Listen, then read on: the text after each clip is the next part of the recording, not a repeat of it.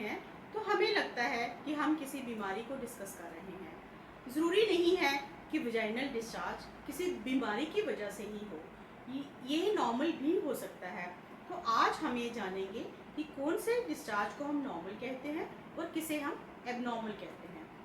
तो सबसे पहले हम ये जानेंगे कि ये वजाइनल डिस्चार्ज आता कहाँ से है। ये हमारे वजाइना और सर्विक्स के सेल्स की सिक्रीशंस होती हैं और इनका पर्पस होता है हमारे वजाइना को मॉइस्ट रखना ताकि इन्फेक्शंस ना हो सकें। जैसे मैं सिंपल एक एग्जांपल दूंगी, जैसे हमारी आईज की मॉइस्चनेस हमें चाहिए होती है, हमारी स्किन की मॉइस्चनेस हमें चाहिए होती है, क्योंकि अगर स्किन ड्राई हो जाए तो ड्राई स्किन में इचिंग, खारिश होती है, उसकी वजह से इन्फेक्शंस हो जाती हैं। सो इसी तरह से वजाइना की मॉइस्चनेस क्योंकि खारिश नहीं होने देती और इसी तरह से वो हमारी इन्फेक्शंस को प्रिवेंट करती है। दूसरा, इसमें इन सिक्रीशंस में कुछ अच्छे बैक्टीरिया होते हैं जिसकी वजह से हमारे वजाइना का पीएच एसिडिक रहता है और इस एसिडिक पीएच में बैक्टीरिया की ग्रोथ नहीं होती है। अगर कोई इन्फेक्शन हो भी जाए तो वो पनपती नहीं है, वो वहीं पे स्टॉप हो जाती है। सो दैट मीन्स ये हमारी बॉडी में प्रोटेक्टिव रहती है, ये डिफेंस मैकेनिज्म का काम करती हैं। और तीसरा इनका पर्पस होता है ये सेक्सुअली एक्टिविटी को फैसिलिटेट करती हैं, उसको पेनफुल नहीं होने देती। और चौथा, ये प्रेगनेंसी में भी हेल्प करती हैं क्योंकि ओव्यूलेशन के टाइम ये सिक्रीशंस को पतला करके उसमें स्पर्म्स की मूवमेंट को फैसिलिटेट करती हैं।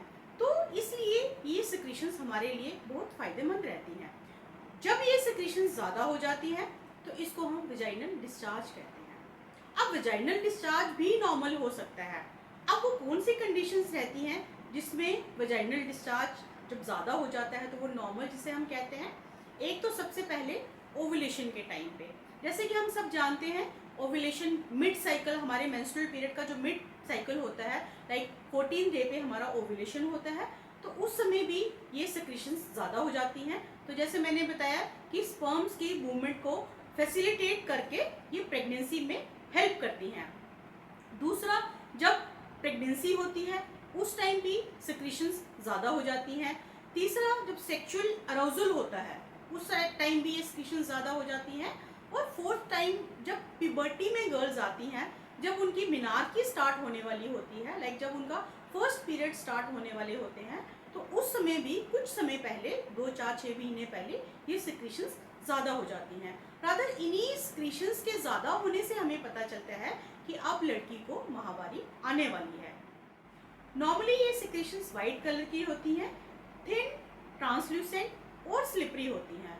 इनमें कोई स्मेल नहीं होती, इसके साथ कोई इचिंग, कोई खारिश नहीं होती और ये इतनी ज़्यादा भी नहीं होती हैं कि बार बार पैंटी चेंज करनी पड़े या पैंटी लाइनर या फिर पैड की ज़रूरत पड़े। हाँ, जब ये सिक्रीशंस ज़्यादा हो जाती हैं कि पैंटी लाइनर या फिर पैड चेंज करने की ज़रूरत पड़ती है, या फिर इनमें कोई स्मेल होती है, इसके साथ कोई इचिंग रहती है, कोई जलन रहती है, इनका कलर चेंज हो जाता है, या तो ये येलो कलर की होंगी या फिर ग्रीन कलर की हो जाती हैं, या फिर ये रेड कलर की। Red colour means blood stain discharge हो जाता है। इनमें कोई पेट में कोई दर्द रहती है, कोई बैकएक रहती है, इसके साथ कोई प्राइवेट पार्ट्स पे कोई दाने आ जाते हैं, तब ये सिक्रीशंस नॉर्मल नहीं रहती हैं, तब ये किसी बीमारी का संकेत हो सकती हैं।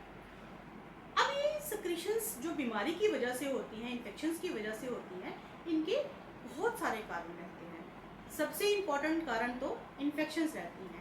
किसी भी तरह की infection, bacterial, viral, fungal, protozoal infections या फिर सेक्सुअली ट्रांसमिटेड इन्फेक्शंस, जिसमें herpes, HIV infections, VDRL, syphilitic infections बहुत कॉमन रहती हैं।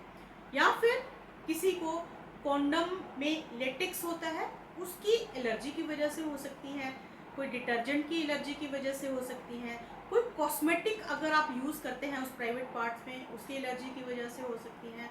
बहुत सारी महिलाओं में इम्यूनिटी कम होने की वजह से ये इन्फेक्शंस हो जाती हैं।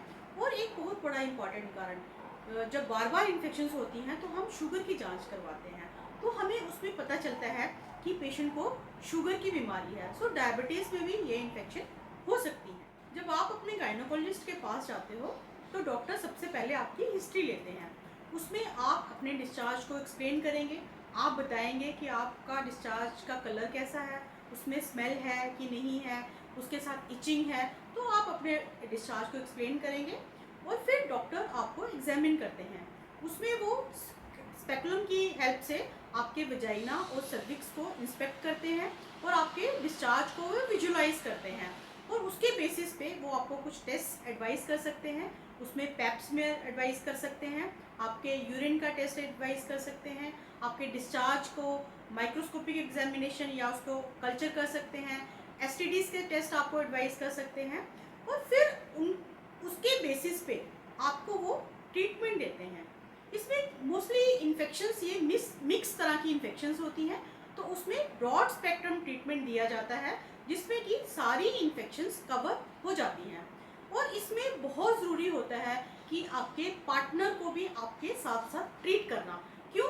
क्योंकि अगर आप सपोज ट्रीटमेंट ले लेते हो और आपका पार्टनर ट्रीटमेंट नहीं लेता है तो पार्टनर इसमें कैरियर होता है और जो फीमेल है वो सफरर होती है।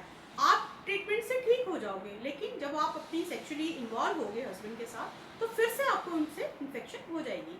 तो इसलिए पार्टनर को ट्रीट करना बहुत ज़रूरी रहता है। जब हम एक बार ट्रीटमेंट ले लेते हैं तो ये ऐसा नहीं है कि ये ट्रीटमेंट हमें आगे आने वाले टाइम में होने वाली इन्फेक्शन से प्रिवेंट करे।